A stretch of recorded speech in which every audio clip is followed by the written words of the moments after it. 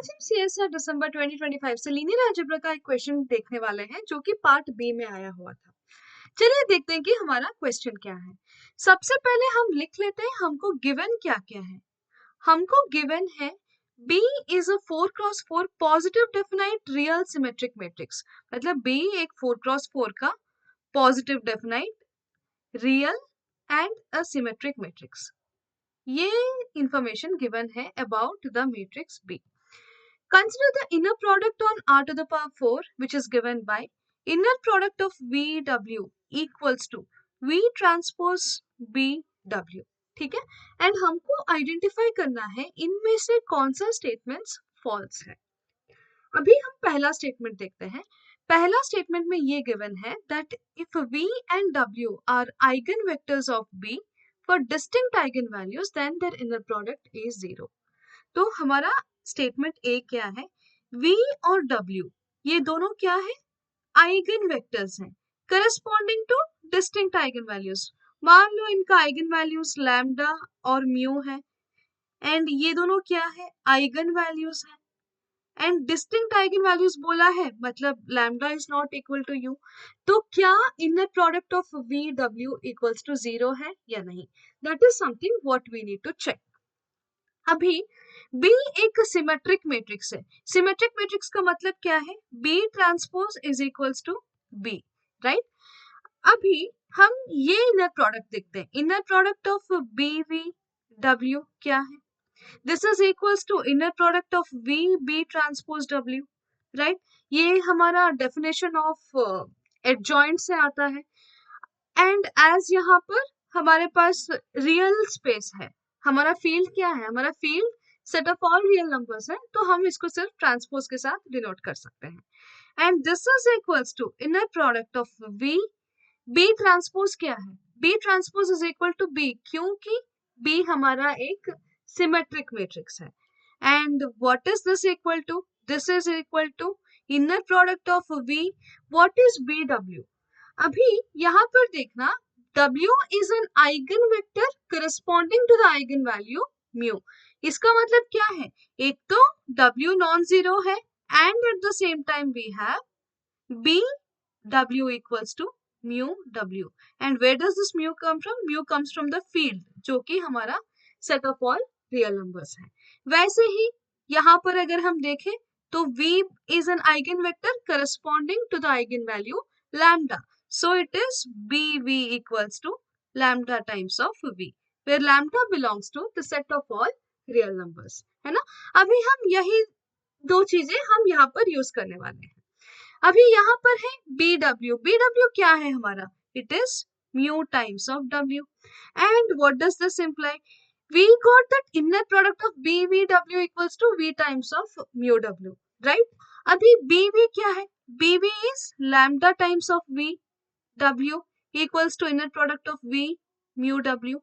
and what do we know from the definition of inner product, अगर मेरे पास मान लो कि कोई lambda है from the field F and A and B are the two vectors from the inner product space, what do we know that A times A and lambda B का inner product अगर हम देखें तो this is lambda conjugate and inner product of A and B, right।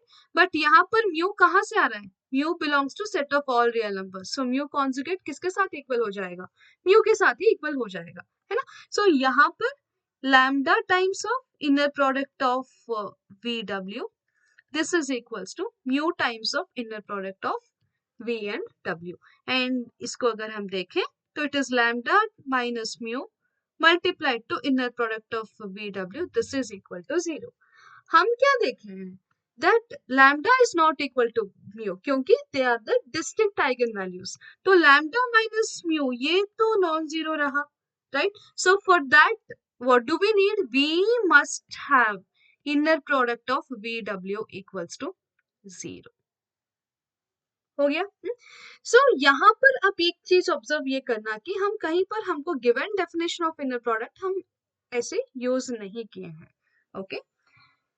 Now so moving to the next one, so yeah, what did we see here, the statement A is a correct statement, मतलब ये एक true statement है। But हमको क्या identify करना है, हमको false identify करना है. सो इसलिए ये ऑप्शन तो नहीं होगा. So this is not the option. Fine. अभी हम स्टेटमेंट बी की ओर देखते हैं. What does the statement B say? That if v is an eigenvector of b, any non-zero vector such that inner product of wv equals to 0, w is also an eigenvector of b. अभी हम statement A में ये देखे हैं that two distinct eigenvectors corresponding to distinct eigenvalues are orthogonal. Corresponding to distinct eigenvalues, ये orthogonal है. But यहाँ पर बी स्टेटमेंट में हमको इसी का कन्वर्स पूछा गया है. हमको इसी स्टेटमेंट का कन्वर्स पूछा गया है. कोई भी वेक्टर, कोई भी नॉन जीरो वेक्टर जो एक आइगन वेक्टर के साथ ऑर्थोगोनल है, इनर प्रोडक्ट जीरो है का मतलब क्या है? ऑर्थोगोनल है. तो क्या does it imply that non zero vector is an eigenvector of B? That is something what we are being asked. क्या वो इसका कन्वर्स हमेशा ट्रू होगा क्या? नहीं ना. आप मैट्रिक्स B को कुछ ऐसे डिफाइन करना सच दैट कि इसका आइगन वेक्टर्स जो है, ये मैट्रिक्स B का जो आइगन वेक्टर्स है, ये तीन वेक्टर्स हो. हमारा यूजुअल 1 0 0 0 0 1 0 0 0 0 1 0 एंड 0 0 0 1. मान लो कि ये चार वेक्टर्स जो है ना, ये आइगन वेक्टर्स हैं for a matrix B. We can define such a matrix B which is a non identity matrix. ठीक है. ये मैट्रिक्स बी का कॉलम वेक्टर्स नहीं बोला जा रहा है, यहाँ पर बी का जो आइगन वेक्टर्स है वो ये है. ठीक है. एंड हम एक नॉन जीरो वेक्टर चूज कर लेंगे. Let us say that non zero vector is w which is defined to be 0 1 1 1. मान लो W हम एक ऐसा वेक्टर को डिफाइन कर रहे हैं. अभी ये W और ये इसको हम V मान लेते हैं. This is an eigen vector of B, right? अभी इन दोनों का अगर हम डॉट प्रोडक्ट देखें तो क्या आएगा? 0 1 1 1 डॉट 1 0 0 0. इन दोनों का डॉट प्रोडक्ट क्या है? 0 है. मतलब what does it mean? That this vector is orthogonal to V. It is orthogonal to V. But क्या ये एक आइगन वेक्टर है? नहीं ना. But still this W is not an eigenvector. अगर हम अभी ये जो चार वेक्टर्स आइगन वेक्टर्स हम लिए हैं, इसका कोई भी मल्टीपल हो वो एक आइगन वेक्टर होगा. बट क्या ये vector is an eigenvector? It is not an eigenvector. It is a linear combination of E2, E3 and E4. अगर हम इसी को अगर E1, E2, E3, E4 के फॉर्म में लिखें तो ओके. सो दो distinct eigenvectors corresponding to distinct eigenvalues, वो हमेशा ऑर्थोगोनल है. बट अगर हमारे पास ऐसा कोई एक वेक्टर है जो कि एक आइगन वेक्टर के साथ ऑर्थोगोनल है, that doesn't mean that non-zero vector is going to be the eigenvector of a given matrix. वो जरूरी नहीं है. सो हमारे पास ये ऑप्शन बी जो है वो फॉल्स स्टेटमेंट हो गया, राइट? सो हमारा ऑप्शन बी क्या होगा? It is false. So option B हमारा क्या होगा? फॉल्स हो जाएगा, है ना. अभी हम चलते हैं ऑप्शन सी की ओर. ऑप्शन सी में क्या बोला जा रहा है? ऑप्शन सी में ये स्टेटमेंट है दैट हम कोई भी सबस्पेस अगर लेंगे R to the 4 में से, कोई भी अगर हम ये सबस्पेस है, ठीक है, कोई भी सबस्पेस लेंगे तो this R to the power 4 can be written as W sum W का ऑर्थोगोनल कॉम्प्लीमेंट. यहाँ पर एक चीज ये नोट करना कि यहाँ पर हमको डायरेक्ट सम का नोटेशन नहीं गिवन है, ये वाला सिंबल का नोटेशन नहीं गिवन है. बट यहाँ से वो चीज अपने आप अंडरस्टूड क्यों है?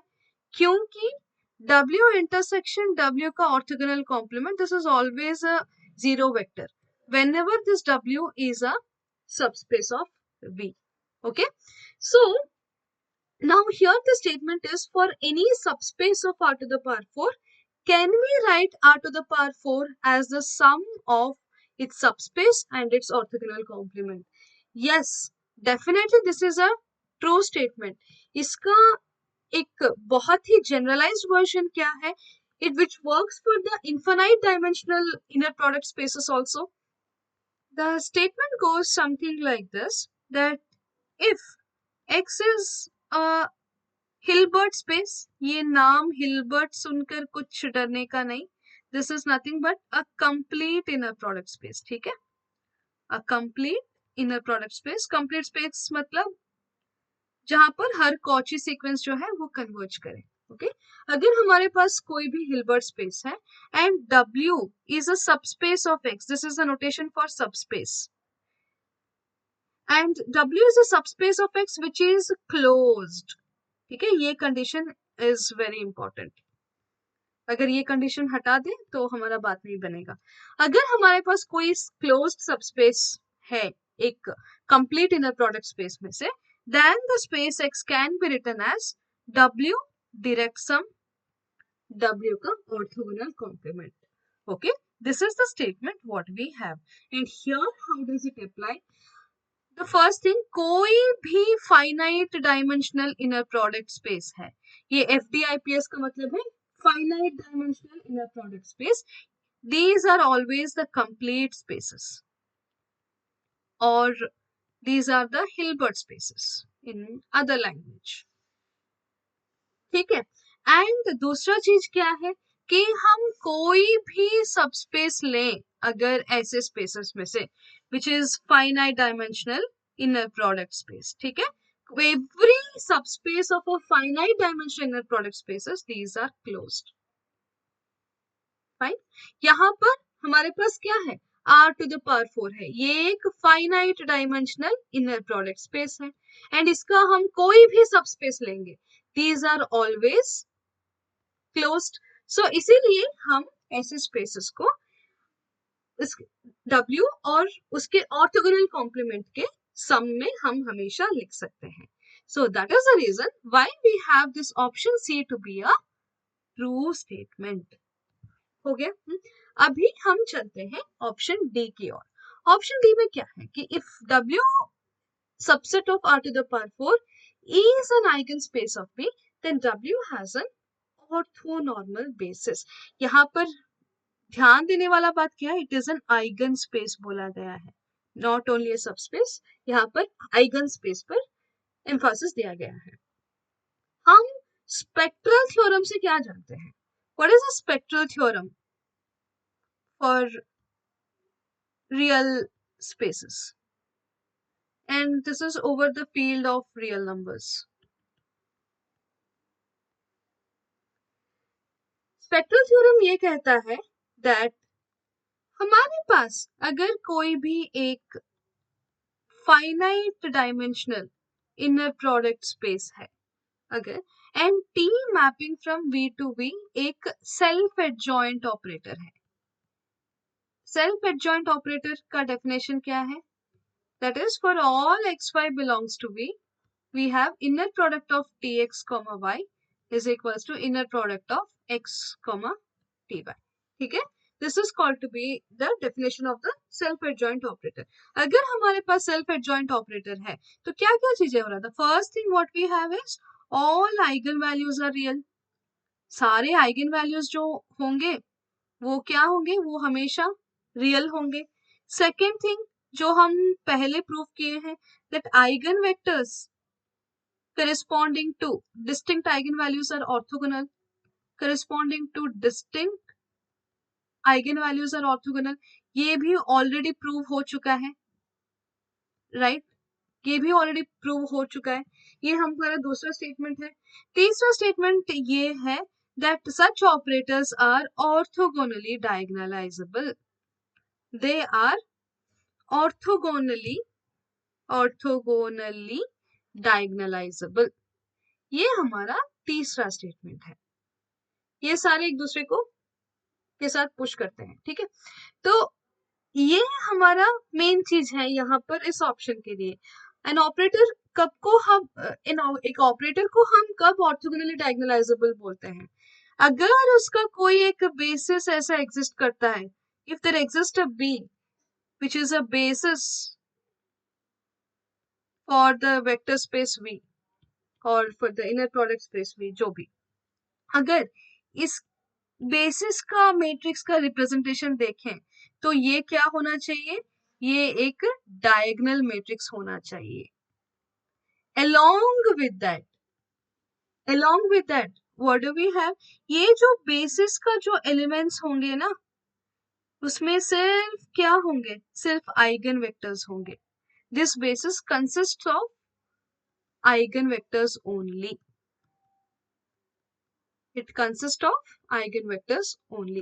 This is the definition of orthogonally diagonalizable. एक ऑपरेटर को हम orthogonally diagonalizable कब बोलते हैं, कि हमको अगर ऐसा एक बेसिस मिले जिसमें सिर्फ और सिर्फ आइगनवेक्टर्स हो, और उस बेसिस के रिस्पेक्ट में अगर हम मैट्रिक्स रिप्रेजेंटेशन देखें तो वो डायगोनल मैट्रिक्स आएगा, और वो डायगोनल मैट्रिक्स इस प्रकार से आएगा दैट इसका जो डायगोनल एंट्रीज होंगे ना, वो इसके आइगन वैल्यूज होंगे।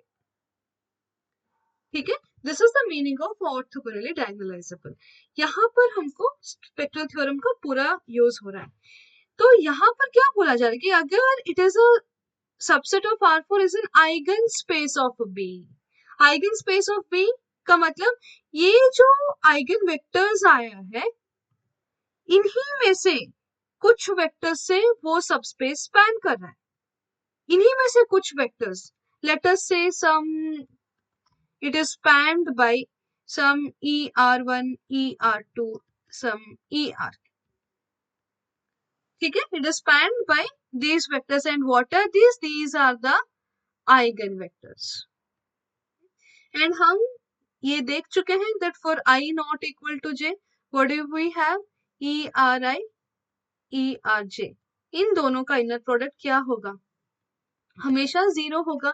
तो ऐसे हम इस W का क्या एक ऑर्थोगोनल बेसिस एग्जिस्ट कर गया, एक ऑर्थोगोनल बेसिस एग्जिस्ट कर गया, बट हमको क्या पूछा गया है, हमको पूछा गया है ऑर्थोनॉर्मल। बस ऑर्थोगोनल है तो उसी वेक्टर को उसी के नॉर्म के साथ डिवाइड कर लो। जो भी हमको वेक्टर्स मिले हैं, ये जो के वेक्टर से जो सबस्पेस स्पैन हो रहा है, बस इसी को हम नॉर्म से अगर हम डिवाइड कर लें तो हमारा बात बन गया ना। तो ये एक ऑर्थोनॉर्मल बेसिस बन जाएगा, ये जो के वेक्टर्स हैं, राइट। तो अगर हमारे पास आइगन स्पेस से कोई भी सबस्पेस है, अगर आइगन स्पेस से कोई भी सबस्पेस है, देन उसका ऑर्थोनॉर्मल बेसिस हमेशा एग्जिस्ट करेगा। सो ये स्टेटमेंट क्या हो गया, ये स्टेटमेंट हमारा again it is a true statement. कहीं ना कहीं फर्स्ट ऑप्शन और द फोर्थ ऑप्शन, इन दोनों जगह पर हमको स्पेक्ट्रल थ्योरम का ही यूज हुआ है, right. So spectral theorem is a very integral part of this question. अगर हमको स्पेक्ट्रल थ्योरम पता है तो हम देखते ही option A and option D इस जगह पर हम डिस्कार्ड कर सकते हैं, क्योंकि हमको which of the following statements is false पूछा है ना। सो यहाँ पर ट्रू फॉल्स का चीज एक बार हमको ध्यान में रखना है। सो अभी तो हमको इस क्वेश्चन का जो सही ऑप्शन है एग्जाम के लिए, हमको वो तो मिल गया, राइट। बट मेरा अभी आपसे एक सवाल ये है that if V is an eigenvector of B and we have अगर inner product 0, then W is an eigenvector of B, ये स्टेटमेंट जो है वो फॉल्स हो गया फॉर 4x4 मैट्रिक्स। ठीक है, अगर मान लो कि हमारा ऑप्शन बी में 2x2 मैट्रिक्स होता, अगर हमारा क्वेश्चन पूरा क्वेश्चन सेम ही है बट मैं 4x4 की जगह पर मैं 2x2 लिख रही हूँ, यहाँ पर 2x2 लिखा जा रहा है, तब क्या ये स्टेटमेंट भी ट्रू होता क्या? This is my next question to all of you. If B is an eigenvector of B and here B is a 2x2 matrix, then how does this change? अभी दूसरा क्वेश्चन ये है that हम पूरा question में कहीं पर positive डेफिनाइटनेस का यूज किए हैं क्या, वाकई में यूज किए हैं क्या? इसको आप सही से सोच के मुझे कमेंट सेक्शन में इसका आंसर देना, बिकॉज कोई भी कंडीशन यूं ही तो नहीं दिया जाता है क्वेश्चन में, right? So it creates some impact. ये पॉजिटिव डेफिनेटनेस कहाँ और कैसे यूज हुआ है ये आप मुझे बताएंगे, ठीक है? अगर अभी एक सवाल और ये है दैट अगर मैं पॉजिटिव डेफिनेटनेस को हटाकर नेगेटिव डेफिनाइट सिमेट्रिक मैट्रिक्स अगर मैं लिखूं, negative definite symmetric matrix and the rest of the things are the same, how does this impact the question? So you can just think, take a thought and just let me know in the comment section. I would love to respond to all of you. ठीक है? सबसे पहले check करना कि ये एक inner product form कर भी रहा है या नहीं। जब हम नेगेटिव डेफिनेटनेस ले रहे हैं तो इनर प्रोडक्ट फॉर्म कर भी रहा है या नहीं। सो कहीं ना कहीं मैंने आपको हिंट दे ही दिया है दैट्स पॉजिटिव डेफिनेटनेस कैसे यूज हुआ है। So yes, till then keep learning and just enjoy mathematics. Thank you everyone. See you all in the next video. If you want to get some solutions, just let me know in the comment section with the exam year and the question number. Thank you. Till then, keep learning.